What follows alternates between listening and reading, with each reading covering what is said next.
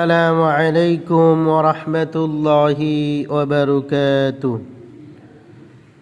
সম্মানিত মুসলমান ভাই ও বোনেরা, যারা যেখান থেকে আমার এই কোরআন মাজিদ ক্লাসকে ফলো করেন, তাদের জন্য আজকে গুরুত্বপূর্ণ একটা ক্লাস নিয়ে এসেছি।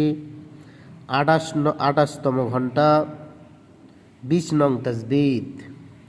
ইকফা। ইকফা অর্থ লুকিয়ে পড়া। নুন সাকিনকে বাংলায় 19 স্বর ধরে পড়া।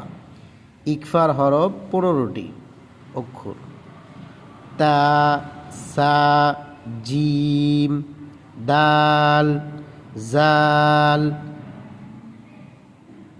দাল, জাল, জা, সিন, শিন, صاد ضاد ত, য, ফা, কফ, কাফ।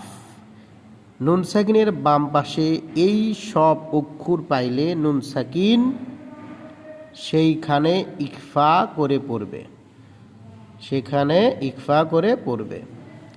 এই 15টি হরফ দেখেন: তা, সা, জিম, দাল, জা, জা, সিন, শিন, সদ, দদ, ত, দ, ফা, কফ, কাফ। তো